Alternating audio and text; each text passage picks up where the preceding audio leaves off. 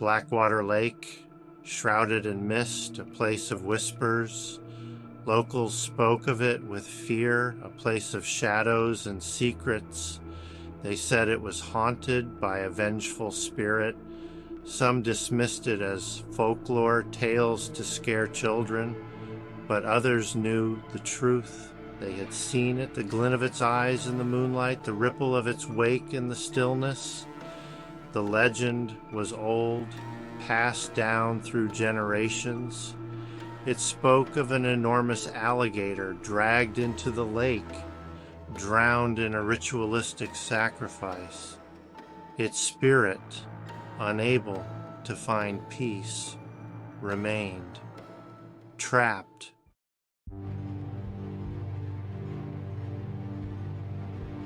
The air was heavy, thick with the smell of damp earth and decaying leaves. The sun was setting, casting long, eerie shadows across the clearing. A stillness hung over the lake, broken only by the occasional croak of a frog. The trees surrounding the lake stood tall, silent sentinels guarding its secrets. Their branches, gnarled and twisted, reached out over the water, like skeletal fingers beckoning the unwary. The water itself was black, opaque. It seemed to absorb the last rays of light, leaving only an unsettling darkness. Even the birds avoided this place. No bird song broke the silence. No life seemed to exist here save for the legend and the promise of something sinister lurking beneath the surface.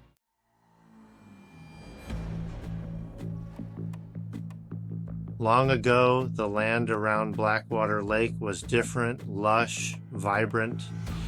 The people lived in harmony with nature.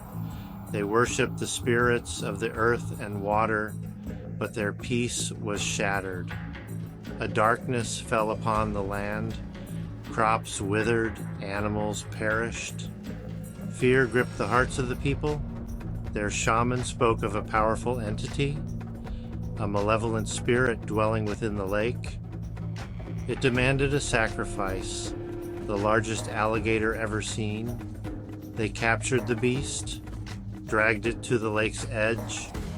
The shaman performed the ritual, chanting in an ancient tongue. He plunged a ceremonial dagger into the alligator's heart. The beast thrashed, its blood staining the water. Then silence.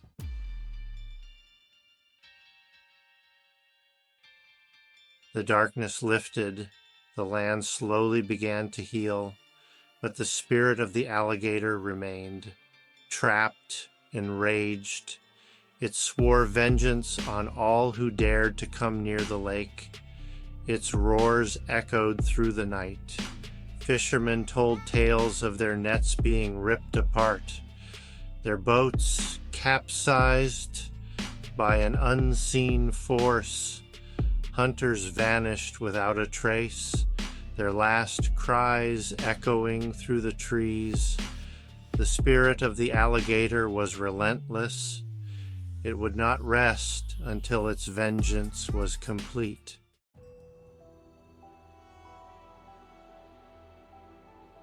Years turned into decades, decades into centuries. The legend of the ghostly alligator lived on, a tale whispered around campfires, a warning to keep away from Blackwater Lake. But some were drawn to the mystery, seeking to uncover the truth behind the legend. They would soon learn the hard way that some secrets are best left buried. The curse of the ghostly alligator was real, and it was waiting.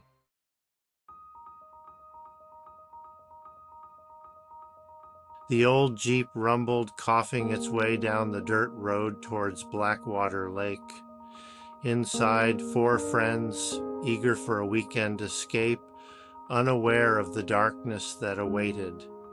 There was Ben, the leader, always up for a challenge. Next to him, Emily, her laughter infectious. In the back, Chris and Sophie, their banter constant. They were young, full of life, blinded by their excitement. The sun dipped below the horizon as they reached the clearing by the lake. The air grew colder, heavier. Silence descended, broken only by the crackling of the fire they built. Their laughter now seemed out of place.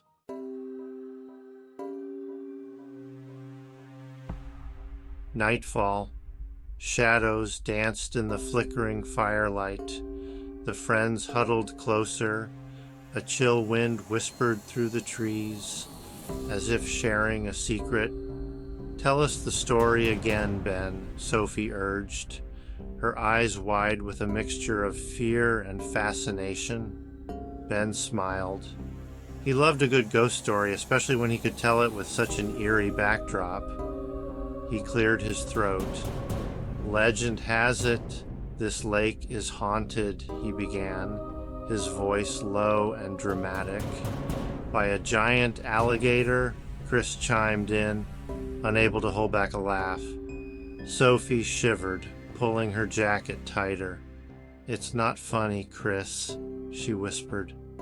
"What if it's true?"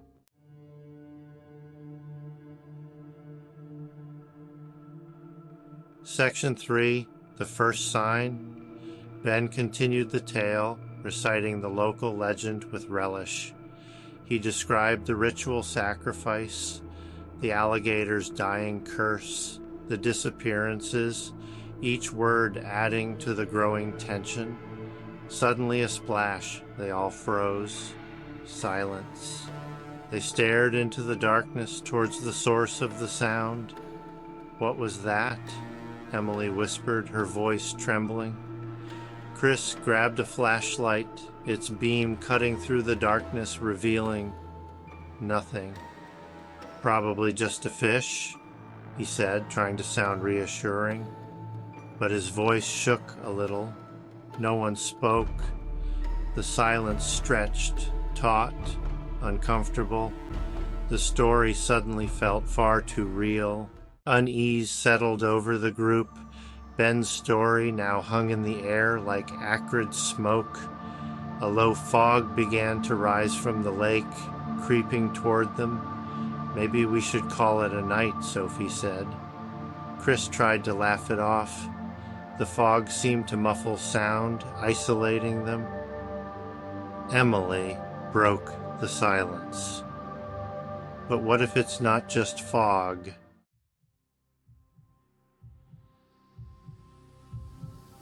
The fog was thick now, swirling around them, cold and damp against their skin. It carried with it a strange, unsettling silence, as if even the night insects were holding their breath. The fire sputtered, the flames struggling against the suffocating mist. "Did you hear that?" Chris whispered, his bravado gone. He strained to hear, his eyes scanning the swirling whiteness.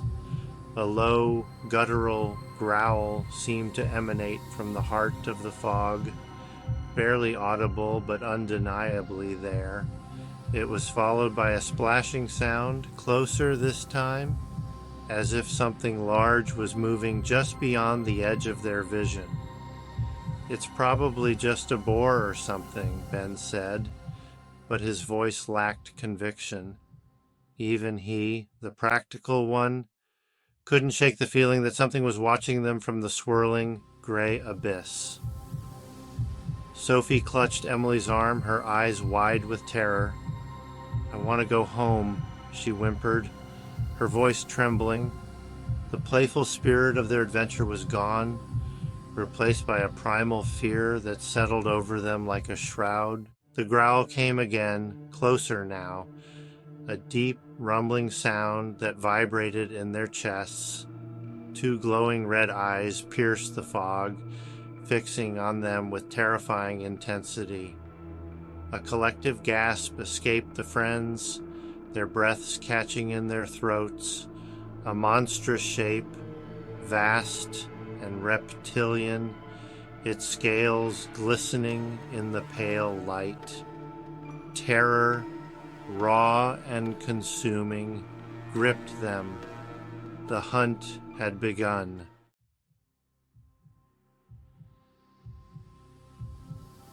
Panic seized them. Adrenaline surged. They scrambled to their feet, scattering blindly into the fog. The fire, their only source of light and warmth, was abandoned. Its flames flickered and died, swallowed by the encroaching mist. They were alone in the darkness, hunted. Ben, his heart pounding against his ribs, stumbled through the undergrowth. Branches whipped at his face, tearing at his clothes. He could hear the others crashing through the trees nearby, their cries lost in the dense fog. The ground was uneven, treacherous. He tripped and fell, the impact knocking the air from his lungs. Gasping for breath, he pushed himself to his feet. He had to keep moving. He couldn't let whatever was out there catch him. The image of the glowing red eyes, filled with cold reptilian hunger, spurred him onward. Behind him, he heard a splash, followed by the sound of heavy breathing. It was gaining on them, the fog-muffled sound distorting distance, but he knew it was getting closer.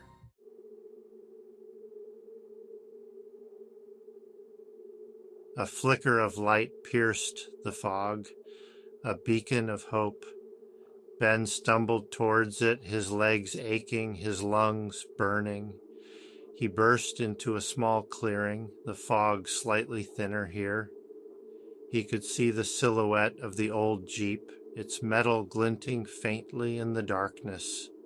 "Over here!" he shouted, his voice hoarse. He saw Chris emerge from the swirling whiteness, his face pale and drawn. Relief washed over Ben. They could escape this nightmare. "Emily, Sophie," Chris yelled, his voice strained. They waited, their breaths catching in their throats, listening for any sign of the others. The only response was the rustling of leaves and the ever-present sound of their pursuer moving through the fog. "We can't wait," Ben said, his voice tight with urgency. "We have to go, now." He knew it was a risk, leaving the others behind, but he also knew they couldn't outrun whatever was hunting them. Their only hope was to get to the Jeep and drive. Chris hesitated, his gaze darting back to the swirling fog, his face etched with fear. He took a step back towards the trees, then stopped. A blood-curdling scream tore through the night. Silence descended once more. Ben felt a chill run down his spine. Emily and Sophie were gone, claimed by the darkness. He grabbed Chris's arm. "We have to go. Now!" he yelled. He pulled Chris towards the Jeep. The sound of snapping branches followed them as they sped away.